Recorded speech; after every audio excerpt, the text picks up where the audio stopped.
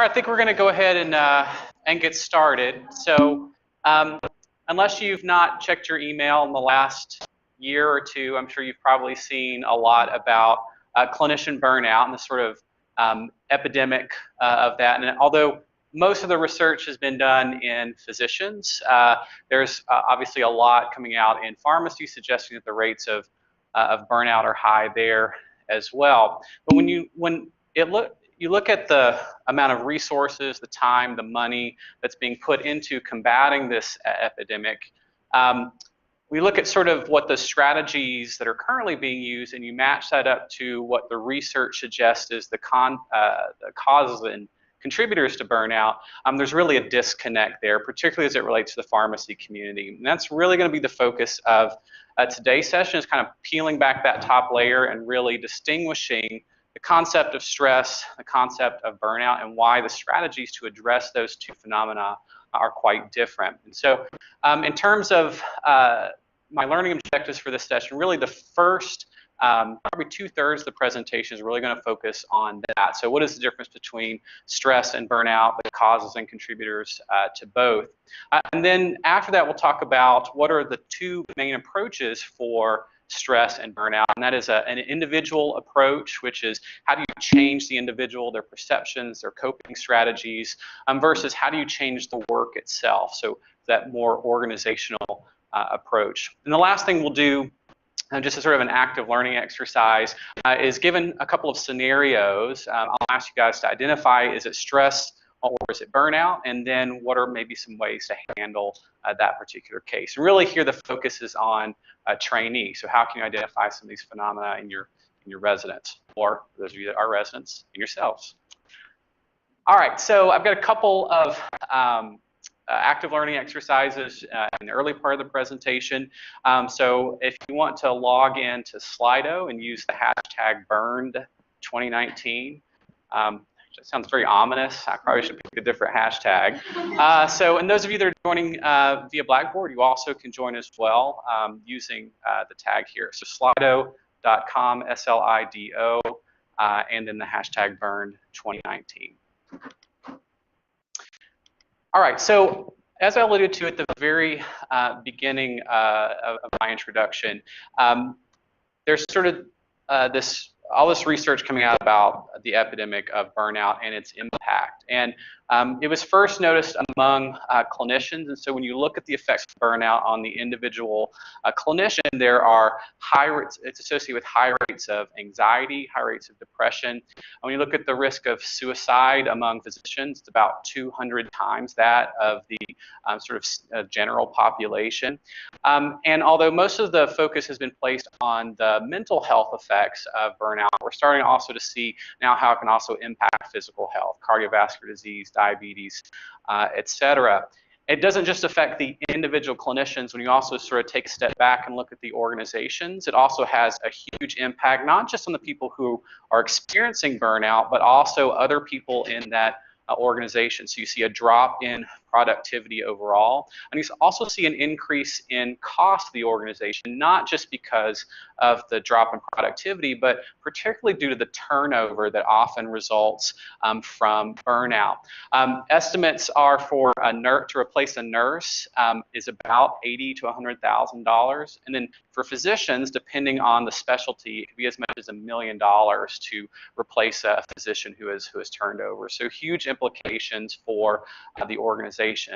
And then most importantly, I mean, the reason that we're all here for patient care, there's research that suggests that this burnout also affects patients. So clinicians who are experiencing burnout are more likely to make poor decisions, they're more likely to make mistakes, and those lead to medical misadventures that affect patients. And as we'll talk about a little bit later, one of the main characteristics of burnout is depersonalization. And so if you are calloused in your interactions with patients, that's going to affect their experience as well. So really, burnout affects all of these different aspects of the healthcare environment and why it should serve as a target of intervention. Now, as I've sort of alluded to, there are a lot of problems with burnout, but we've not made a lot of progress in addressing burnout. And I would contend part of the reason for that is that we have a terminology problem. So we'll talk a little bit later about stress versus burnout and why those are very different terms. And when most people say, hey, I'm feeling burned out, what they usually mean is I'm stressed out, whereas burnout is a very different concept. And because there's differences in terminology, there are inconsistencies in how we measure burnout. I'll talk a little bit later about an instrument to measure burnout. But some colleagues at UIC and I just finished a meta-analysis looking at burnout, and the rates are all across the board, and it's primarily driven by the fact that the way we measure it is inconsistent from study to study, which I think differences in sort of a lack of understanding about the terminology has driven some of that inconsistency in measurement. So because we have inconsistencies in measurement, we also have inconsistencies in how we address burnout. And as I mentioned before, a little bit of a disconnect in what we think the causes are in sort of the pharmacy community, and then what the research really supports are the causes and contributors. I think as a good example of this, so this is an infographic that was tweeted by ASHP last week. So it's part of a big write-up about how building resilience is what's necessary to prevent burnout among the pharmacy workforce. You can see here I've clipped out a little part of that. So they talk about how can individuals build resilience with some recommendations on how to do that. And then sort of side by side with that, I have a clip from an article from Christina Maslach, who's one of the most prolific burnout researchers. Her definition of burnout is what led to the WHO's definition of burnout. You can see here, she sort of points out it's sort of paradoxical that most of the efforts to address burnout focus on individuals and helping them build resilience and cope with the problem, when most of the causes and contributors aren't individual failings. It's not a failure to be resilient enough to deal with the stress, it's the work itself. It's the situations at work, it's the context at work that are causing the problem. So it's kind of strange that most of the efforts are focusing on the individual. So we'll talk a little bit about that later, but as you see, that article was published in 2001, so we've known for a long time that causes of burnout are not individual failings, so there's probably some better ways to address it. All right, so as I mentioned, one of the key goals for this session is to differentiate stress and burnout. So I'm going to start first by talking about what stress is. And so really, the general definition of stress is just an individual's responses to demands. And it's not necessarily a negative response, as I'll show in a second. So when it comes to work-related stressors, you have demands in your work. They may be pressure, it may be time, and there's some acute response to that.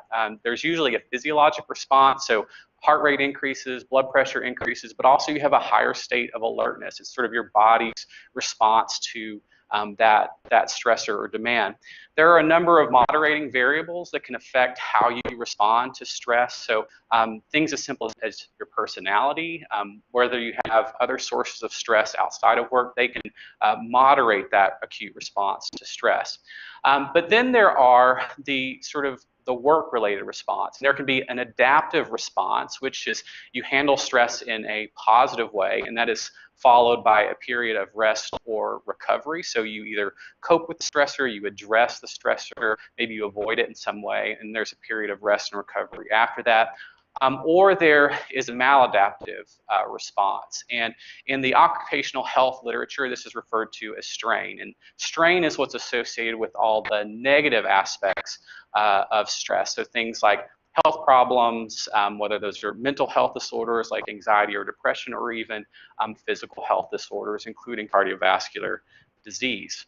Now, when I say there's a positive and negative response to stress, this has been well demonstrated not just in humans, but a variety of different animal models where you have clear responses to types of stress. And if asked to do a very simple task, which that's not a lot of what we have to do as healthcare professionals. If you're asked to do a simple task, the relationship looks like this. So the more stress actually increases your performance. You do better at simple tasks. But when it comes to complex tasks, which I would argue is most of what we're doing on a day-to-day basis, there's this inverse inverse U-shaped curve here, where there's a point where stress improves performance, but then after that, there are decrements to performance. It actually gets worse. So we want our residents to be here on this part of the curve. So for those of you that are joining by Blackboard, up here at the top, but not to push them over to where it's actually negatively affecting their performance. Now, some people ask, well, shouldn't you have a completely low stress environment? And clearly, based on this relationship, no, because that's where people get bored and their performance is actually low for the reasons boredom. All right, so what are the signs and symptoms of stress? You really put these into four different buckets. So when it comes to emotional signs and symptoms, so people who are under high stress are more likely to be anxious, irritable, hypersensitive, particularly if given criticism. I see some of you smiling. You may know some folks like this. Who maybe aren't under stress. Then there's cognitive effects. So it has effects on memory, concentration. As I alluded to before, it can affect decision making. It can also make you less creative. From a lot of the behavioral effects are actually due to the responses to stress. So maladaptive coping, this is where you see a lot of the substance use, alcohol, drugs, and then disruptions in eating and sleeping as another response to high stress. And then finally, the physiologic responses, some of which I alluded to before, but an acute change in heart rate and blood pressure aren't bad, but it's when these start to cause health problems. So sweating, GI symptoms, you've probably heard people complain about, I feel like I'm going to get an ulcer, I'm under such high stress. Aches and pains, actually one of the most common causes of lower back pain in the US are work-related stressors, not physical injuries, but actually stress related to the work itself. Skin disorders, so I have a breakout when I'm high stress. That's usually my reaction. And then tachyarrhythmias, but I promise tachyarrhythmias is not why I'm interested in this topic. Another way that you can assess stress is actually by surveying individuals. As you probably noticed on the last slide, a lot of those symptoms they're very non-specific and they overlap with a lot of other disorders. So I've actually picked, this is the perceived stress scale. And actually, if you use the camera on your phone, you can take a picture of this QR code and it will take you to a survey where you can actually complete the perceived stress scale. And this is the most commonly used instrument for detecting levels of stress. So I'm going to give you a few moments to do that. Those of you that are joining via Blackboard, you should be able to point your camera at the computer screen and also have it take you to the survey. So again, I'll give you a few moments to do that. I'll go ahead and do it here on my device as well.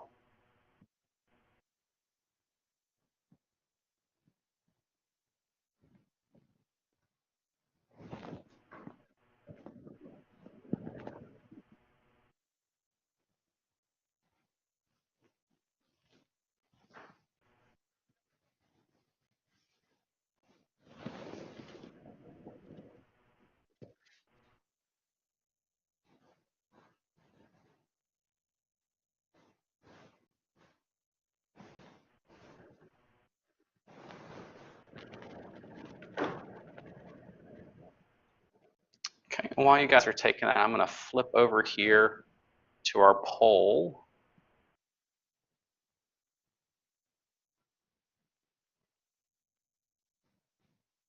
And so once you've gotten your score, if you could enter whether it was in the low, moderate, or high range. So on the results screen, it'll say at the very top what your result on the survey is.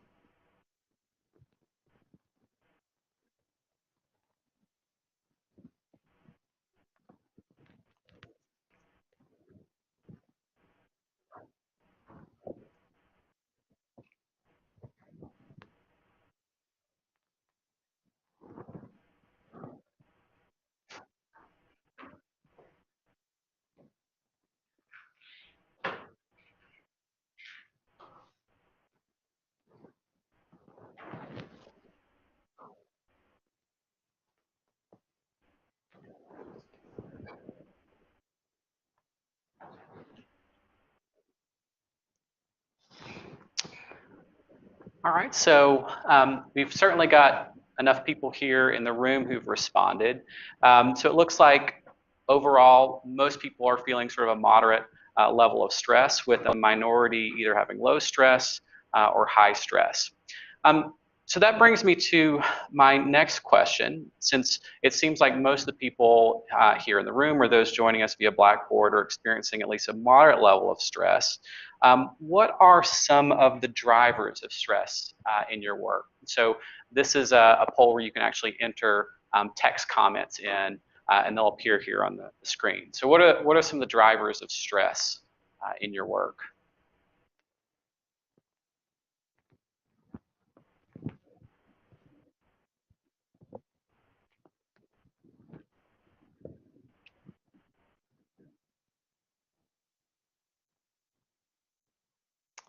All right, so looks like we have a lot of people saying research. It's about that time in the year. All right, workload, deadlines.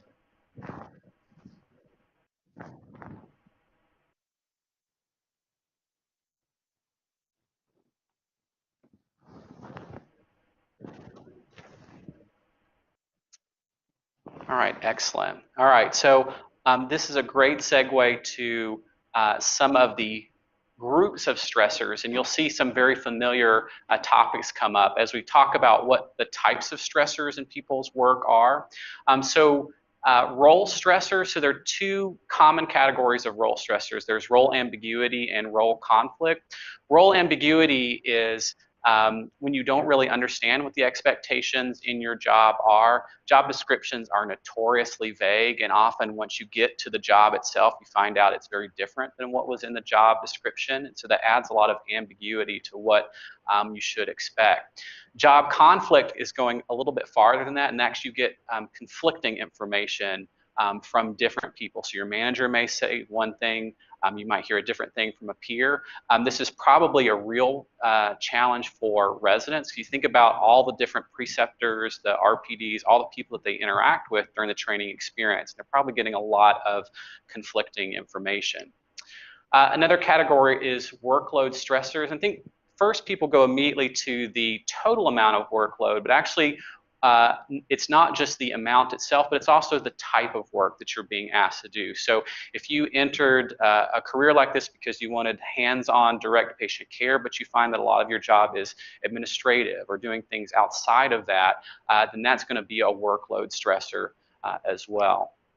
Social stressors, so interpersonal conflicts. So if you're in maybe you're on a healthcare team where there's a lot of conflict among the members of that team, or maybe it's even an environment where there's a lot of incivility in how people treat each other. Some of you may have seen the article that was published in the New England Journal of Medicine. I think it was either last week or the week prior, which it looked at surgery residents across the U.S.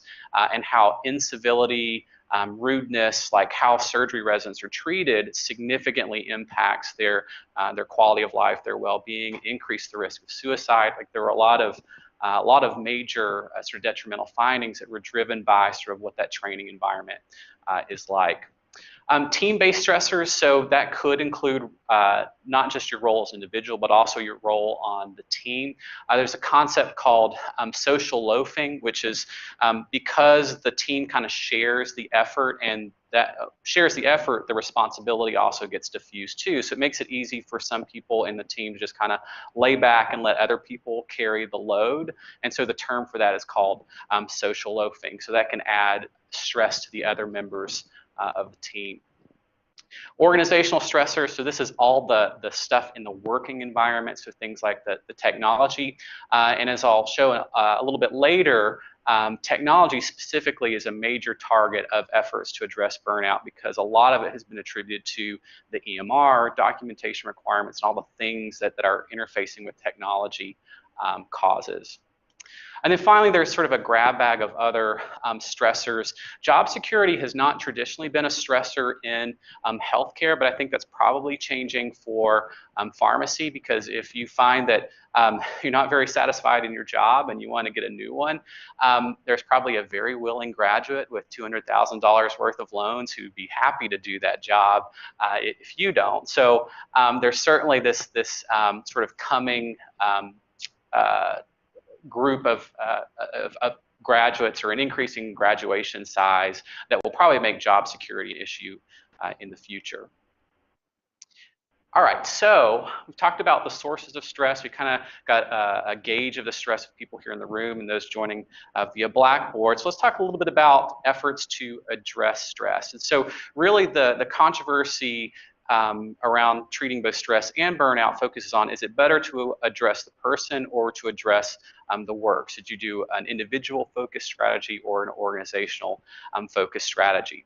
So when it comes to changing the person, there are sort of two main types of strategies. There are coping strategies, and those can be problem focused, where you help people deal with very specific stressors in their work. They can be emotion focused, so how do you affect people's response to work? So that might be things like meditation, yoga, relaxation exercises. And then lastly, avoidance, so not even dealing with the problem altogether. I even heard of some people, like, they won't even round when certain attendings are on because of the interpersonal conflicts that arise. And so that might be one way to completely avoid a stressor. And then the second sort of main bucket of sort of individual focused strategies for stress are recovery strategies. So this is rest, relaxation, putting an emphasis on health and fitness. So this is, maybe you should take a vacation or take some time off, or maybe you should go to the gym, things like that. And then there is the work-related side. So this is either reducing or removing the stressors altogether. Now, when it comes to stress, individual focused strategies actually work pretty well. They reduce symptoms, they can help you learn how to deal with stressors, but the key is in stress, when it comes to stress, the stressors are supposed to be transient. They're supposed to be temporary, and so things that affect the symptoms or help you deal with an intermittent or a transient stressor works, because that stressor shouldn't exist all the time. The question, though, becomes, what if those stressors never go away? And so the analogy that I always try to make, I practice in heart failure, so the heart failure framework kind of makes sense to me. It's like, if you just treated a patient with heart failure with Lasix, like, you would make them feel better, but you haven't treated the underlying pathophysiology of disease. And so that neurohormonal milieu is always going to be there. The activation is going to be there. So if you don't treat the underlying problems, you can treat symptoms all you want all day long, but that patient's still going to get worse. Similarly, if a person is stressed and that's the only issue, that it's a transient stressor, then the Lasix, the treating the person, helping them cope with that, then that's going to work. But if those stressors aren't going away, then there is no amount of mindfulness, there's no amount of relaxation, there's no amount of yoga or fitness or gym classes or anything that's going to address burnout. So that's where we're going to shift gears now and talk about what happens when those stressors don't go away and how do you address that. So the framework for burnout in describing how to address it really comes from what's known as the job demands and resources model. And so essentially what this model proposes is that you've got job demands and resources in the job, and these have a push-pull relationship. If you have demands in your job that exceed your available resources, and this could be supervisor support, this could be technological support or tools to accomplish your job. If the demands exceed what you have, then that's what leads to a state of burnout. If you get more or at least an equal amount of resources to combat those demands, then that mitigates burnout. Then as I mentioned before, if burnout emerges, that's what causes all those detrimental effects in work-related outcomes. And many of them I've listed here. These are the same as the ones that I covered earlier in the presentation. So mental and physical health effects on the individual clinician, but also some of those organizational effects like absenteeism, turnover, costs, etc. So I've mentioned the term burnout, but I've not yet defined it yet. So really, what distinguishes burnout from stress is it's not sort of a singular response to a stressor. It's actually a multi-dimensional phenomenon. This is a state of mind at work, and it's a negative and disheartening state of mind. There's three components of burnout. There's emotional exhaustion, and when most people think of burnout, it's the emotional exhaustion piece, because this is the part of burnout that is highly correlated with stress. And when you look at some of the pharmacy literature, they define burnout solely based on scores on the emotional exhaustion domain. But again, if you go back to the original burnout research, although emotional exhaustion is required to be burned out, it by itself is not sufficient for burnout, because that only describes the one-way relationship in response to work.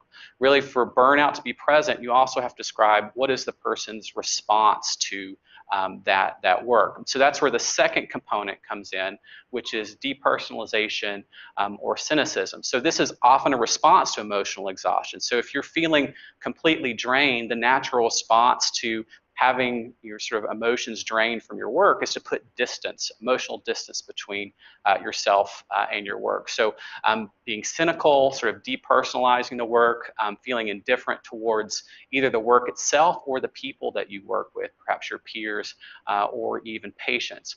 Now, everybody who's doing sort of research in the space agrees that these two domains, or these two dimensions, are necessary for burnout. The third one, there's a little bit of controversy as to whether this is part of burnout or it's an entirely different construct altogether, and that's this idea of reduced personal accomplishment, or a feeling like you're always being defeated in your work, you can never be successful, feeling incompetent, feeling inadequate. So some people would argue that that's more like imposter syndrome, which is very highly correlated with burnout, but may be an entirely different construct altogether. All right, so I talked about how there were three dimensions. So just to kind of make it clear what differentiates burnout from stress, exhaustion is going to be more likely than activation. So if you recall some of the symptoms I talked about earlier, it's more of an agitated and activated state with stress, but then burnout is sort of, you're past that agitated state and you're getting to the point of being exhausted. Depersonalization is more likely than agitation. So again, feeling indifferent rather than sort of an agitated response. And then finally, you're more likely to see hopelessness and depression. This is where sort of the reduced personal accomplishment comes into play. That's going to be more likely than anxiety. All right, similar to stress, there are also validated instruments to look at burnout. Now, most of the research in the healthcare professions has used the Maslach burnout inventory, which collects all three dimensions that I mentioned previously. Unfortunately, that's a proprietary instrument, and I didn't have the money to buy it for this session. So, but there is what's known as the Oldenburg burnout inventory. This has been validated specifically in healthcare professionals, and it picks up the emotional exhaustion, and it's called disengagement in the Oldenburg, but it's sort of that that depersonalization domain of burnout. So I'll give you guys a few moments to work through that one as well.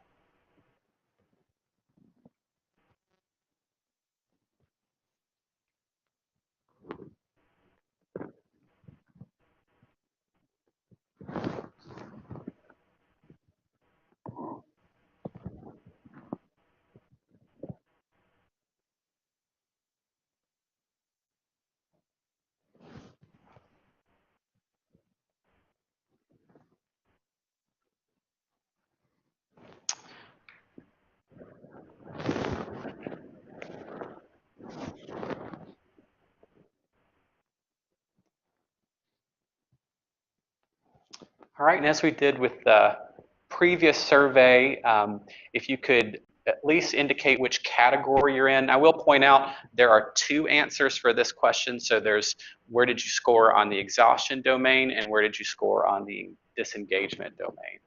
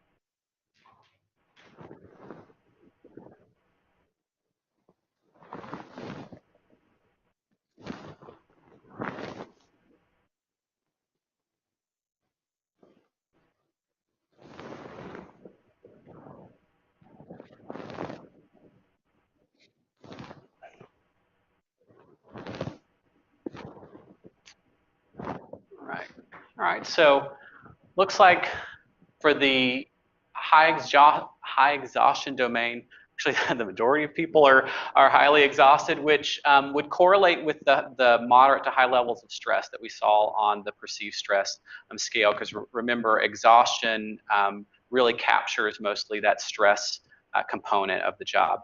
But you'll notice there's a significant gap between exhaustion and disengagement. And so this represents the gap in stress versus burnout. So about 2/3 of the people who indicated they were highly exhausted also have that disengagement component.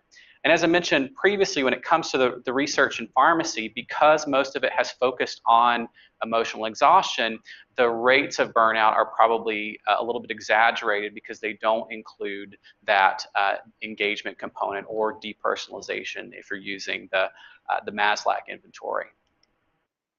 All right, so how do you deal with burnout? So if you only read what was published by the professional pharmacy organizations, you would believe that resilience building is the answer to solving the burnout crisis.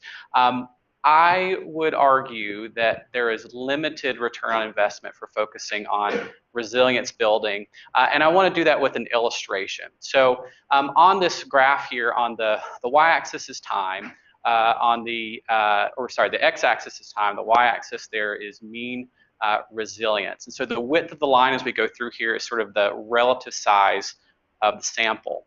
We're going to start first with people who are in high school. So most of the research on resilience building has focused on people in childhood and adolescence, so helping people learn how to deal with adversity in life. And there's clear evidence that resilience building in that subgroup is helpful. Now, when it comes for people who want to eventually become healthcare professionals, as they start this career trajectory, in high school, they're going to have to go to college, so they got to have a good GPA, extracurricular activities. They have to do well in school and on their entrance exams. And a lot of those are going to be able to be resilient, to overcome those barriers and enter college. Unfortunately, some of those people are going to fall out, right? They're not going to make it either because of their own individual abilities and skills, or maybe there's some systemic issues that they're unable to overcome. And so they sort of fall out of the sample. Now you have the group of people who are in college who want to be healthcare professionals, so they have to do the same thing, but now it's harder, right? So it's harder to have a high GPA. It's harder to do well in those entrance exams for professional school. Now social life is more important. Those extracurricular activities, leadership, et cetera, is getting more difficult to manage. Again, you're going to have a group of people who can find the resilience to overcome those barriers, but unfortunately, like was the case with high schoolers, some of those are going to fall out of the sample. Again, people who want a career like this, you're going to go on and do postgraduate training, either residency or fellowship. You're getting even more complex problems, right? More extracurricular activities, doing well on exam scores. Some are starting families at this point in their careers. Now they've got student loans, so like the pressures are building. Again, group of people are going to make it through. Some are going to fall out. So by the time you get to these kinds of jobs, so like the kinds of jobs that all of us here in this room have, you have got the most resilient people in the entire general population. So telling this group of people that you should just suck it up and build resilience is probably not going to be the most effective way to curb burnout. There's a reason these people are burned out. They're some of the most highly performing individuals in the entire population. So there has to be a different way to address these issues related to burnout. All right, so what is that pathway? So going back to our jobs, demands, resources model, there's another pathway there, and it's called engagement. So when you provide people enough resources in their job to be successful and not be outweighed by demands, you have a positive work-related state called engagement. And this actually causes positive work-related outcomes, actually all of the opposite endpoints that we saw with burnout. So actually improvements in mental and physical health, improvements in satisfaction, performance, and then not just the individual level, but also at the organizational level, drops in absenteeism, turnover, etc.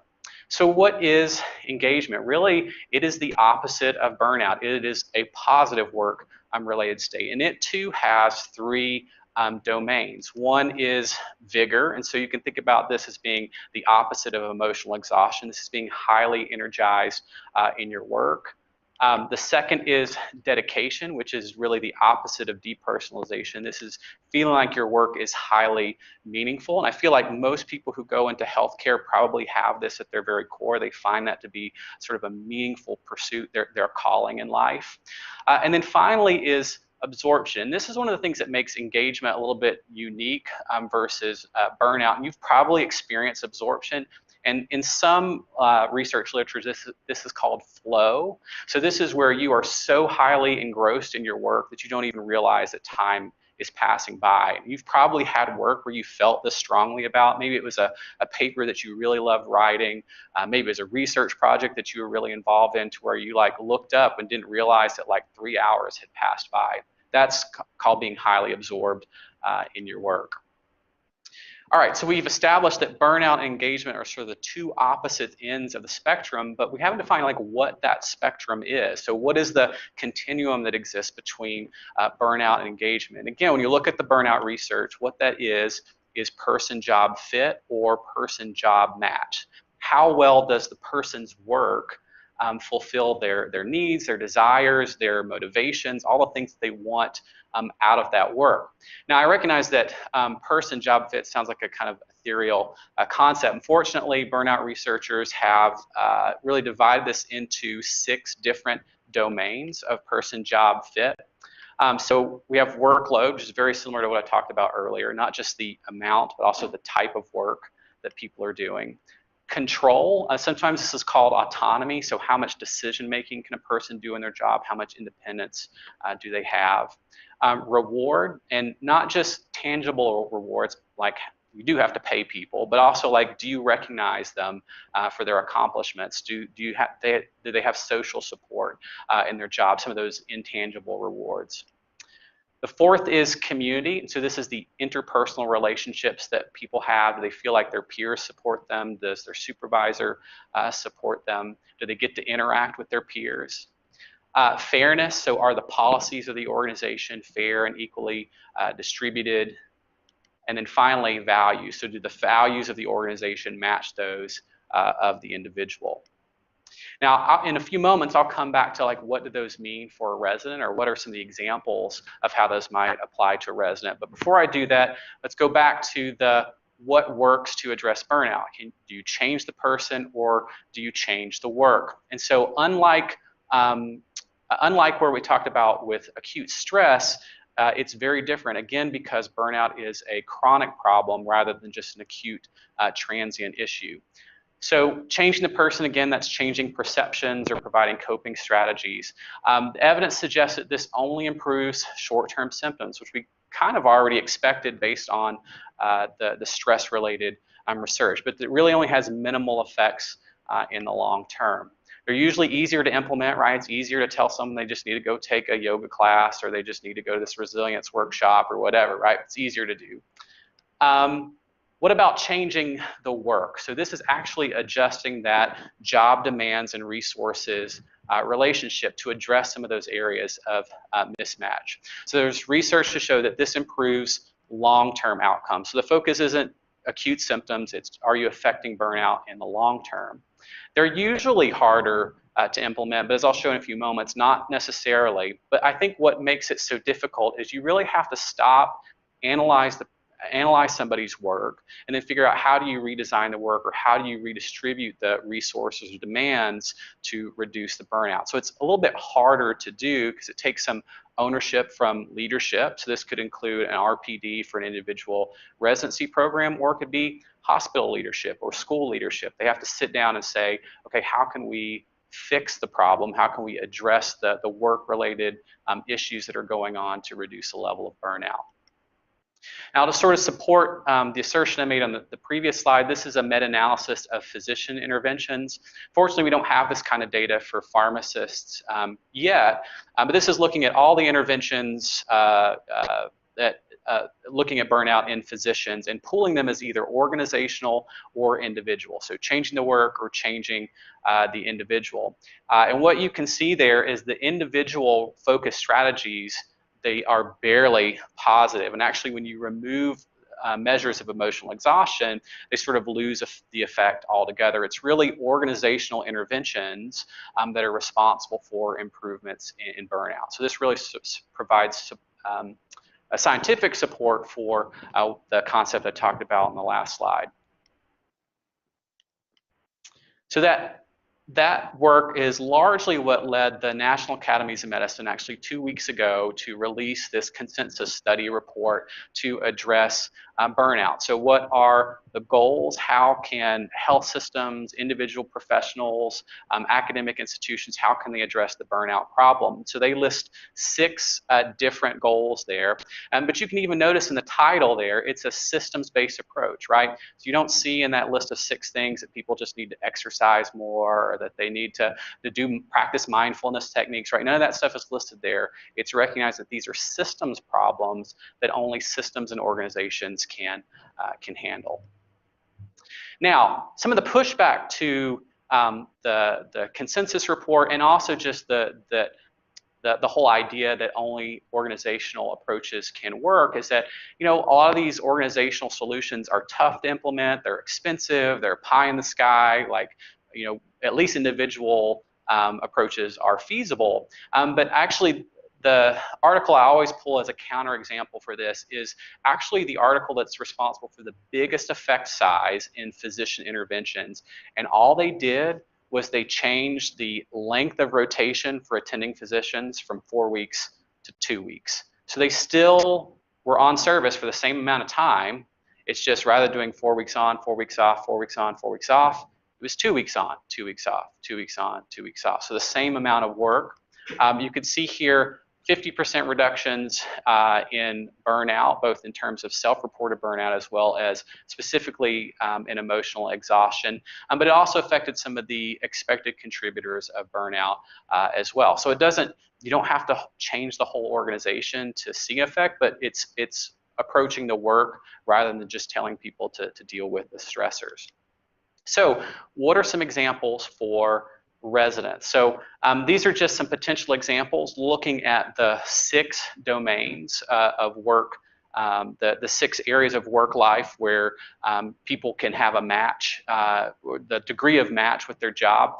So starting first with workloads, so potential examples for a resident might be reevaluating workload when you add a new opportunity. So we're really good at identifying new learning experiences, right? New learning opportunities for our residents. But how often do we take a step back and see, okay, how is this affecting the totality of the work that we expect them to do? And are there some maybe less valuable things that can come off of their plate? You know, maybe some things that we were doing just to check a box because it was in the accreditation requirements. Like, do we still need to do that, or can we meet that with a new, more valuable experience?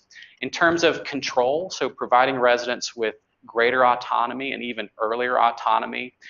Sometimes this means, you know, being able to let go of your service, which I'll admit was always tough for me to do. Allowing them more voice in designing that experience. So for those of you that are RPDs, you know the customized training plan is an important part of designing the resident's experience, maybe giving them more voice in what that customized plan looks like.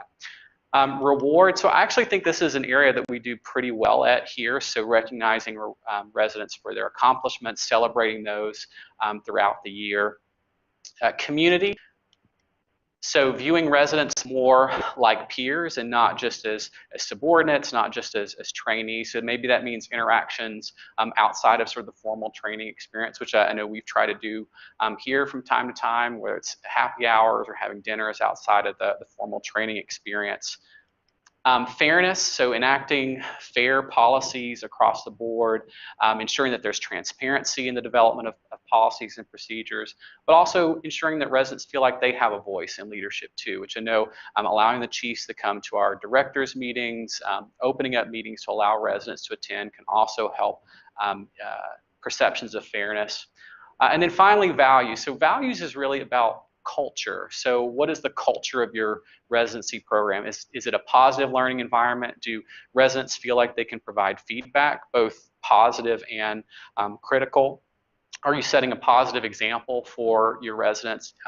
Not just how much do you love your job, but are you setting a good example in terms of the emphasis that you place on well-being, and it's not just about what you can accomplish at work. So these are just a few examples to show that it doesn't have to be totally redesigning the residency program or totally rethinking how we do residency training, but some very simple things can improve some of these work-related domains. All right, so now it's your turn. So I got a couple of scenarios here. I'll read this one to you guys. You've got a PGY1 resident, George. George recently missed a major project deadline, but you're his RPD, and you plan to wait and just discuss it as next quarterly evaluation. This is the first time he's missed a deadline. However, his current preceptor lets you know that he was unusually rude to a nurse on the unit, and although she feels like he can create a treatment plan for a patient, he really only can remember the patients according to their room number. He doesn't know anything about the families, the caregivers, and some of those other attributes. And so this was a little bit concerning to you, so you decide to set up a meeting with George. And during your meeting with George, he says, look, I really enjoy patient care, but there's really a lot more non-patient care work in residency, way more than I expected. He reports that he can't really understand why there are some things that he can do independently on rotation, but then when he's on his weekend staffing, he's got to run that by a preceptor. He reports that really the only reason why he missed the deadline was he didn't expect to get a third round of revisions on his proposal. He was expecting maybe only 2. And then finally, he thought about raising his concerns earlier, but he heard from the PGY2s that this is just how it is, and he has to deal with it. So questions for you. 1, is this stress or is this burnout?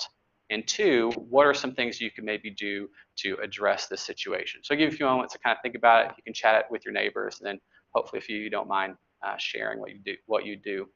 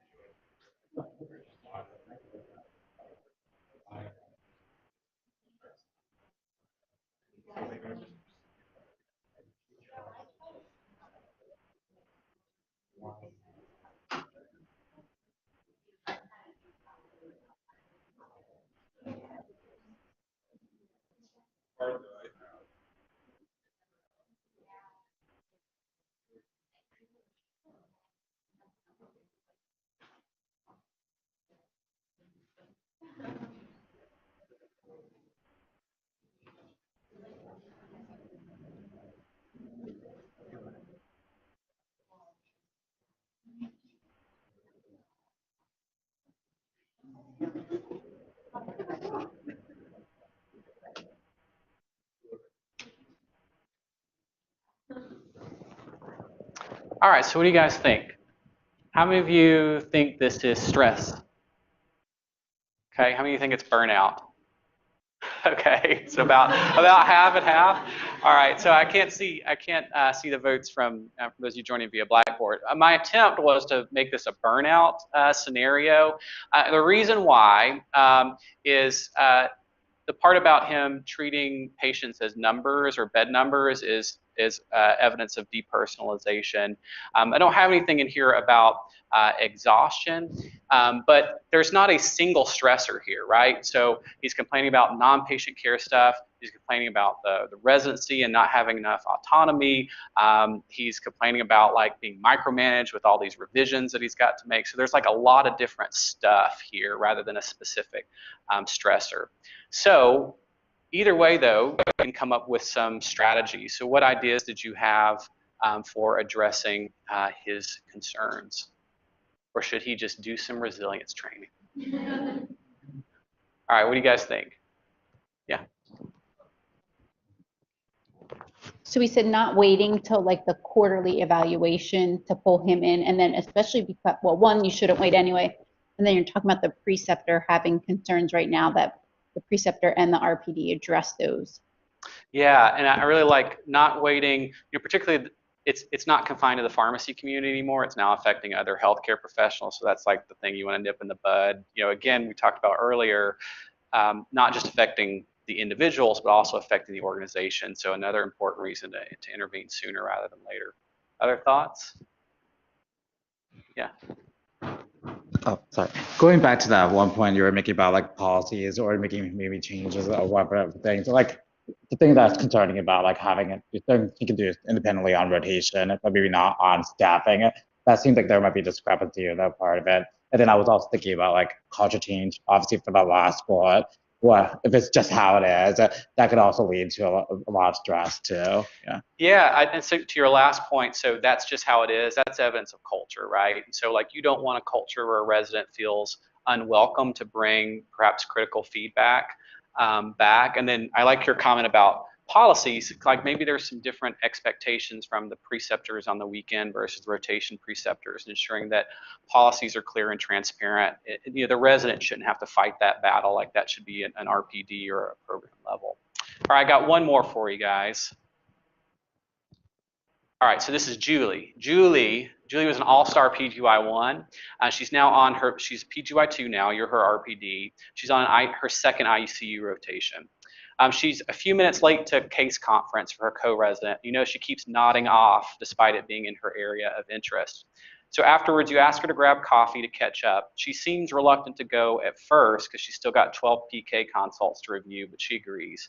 During the meeting, she reports she's got deadlines for PT rounds, IRB proposal, MUE, and now an in-service for the team, and they're all due within the next 2 weeks. She's feeling a bit tired from being up late working on her projects, followed by an argument with her boyfriend.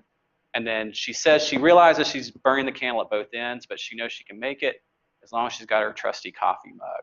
So again, same questions, stress versus burnout, and then what might you do to address it? So I'll give you a few moments and then we'll close.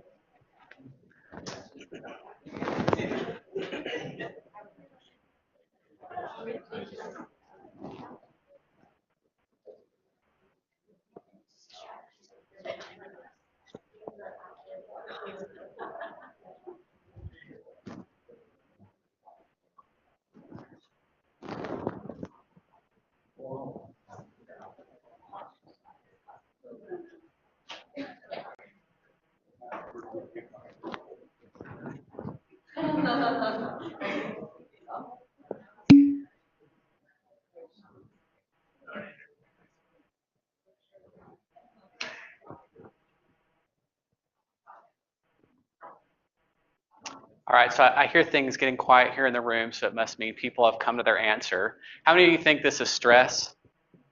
Okay, everybody in the room. How many think it's burnout? Okay, good. So I've made this more obvious, I think. So clearly there's an acute stressor that you could put your finger on, right? She's got a ton of deadlines in the next week, and that's probably causing what a lot of these other problems are, right? Difficulty sleeping. It's clearly spilling over into her personal life, probably contributing to this argument she had with her boyfriend. Now, what would you do to address this issue? Come on, RPDs. Yeah. Be sure to hit your, sorry. So I think the resident and the RPD / preceptors on these various deadlines can maybe work to reprioritize, what's our most urgent need? Are there any things that we can maybe push back by a week? Just help spread this stressor out. The being tired standpoint, I was just talking to Ash, I feel like we always say that, if we can ensure that we get a good amount of sleep, then we will be more productive with the time that we're awake. But I feel like it is very hard to internalize that. That's what that is. But right. Yeah, so I like the idea of working with the preceptor. So probably this in-service for the team is like a new thing, like that the preceptor added, not knowing that the resident already has 3 major deadlines. And like if the preceptor doesn't know, they don't know that they're adding, initial problem. Like the resident is not in a good position to be like, no, I can't do this in service because I have all this other stuff. So I think stepping in as an RPD, talking with the preceptor, hey, is there any way we could move that? Or even looking at some of those big deadlines, and are some of those less urgent potentially that they could be moved. I think sleep is important. So as an RPD, if you have a resident that's really struggling with like a lot of deadlines, or maybe set at a program level and they're not movable, maybe it's just giving them a day off of rotation so they can catch up on all those things and meet those deadlines. There are definitely times when I've had to leave rounds early to get a project done or to get something done for class. So I think it's reasonable to expect that of residents too. All right, since we only have a couple of minutes left, just as a quick recap of what we talked about today. So stress versus burnout. I have listed here on this sort of all the properties that we've talked about from a time course standpoint to the individual responses. So really stress is supposed to be intermittent and acute response. It's usually an agitated, highly activated state, whereas burnout is more a chronic withdrawal state. So people are pulling away from the work. They're putting emotional distance between themselves and the work. A lot of the long-term outcomes are the same. So if you don't address the stress, then people end up getting some of those physiologic effects. But in terms of the interventions and what has been shown to work, individual focused interventions can work for stress, again, because they are transient periods of high activity. But when it comes to burnout, because those are chronic stressors, again, you can do all the individual focused stuff in the world. But if you don't get rid of some of those stressors, you don't reduce them by changing the work, then people are still going to burn out in the long term. So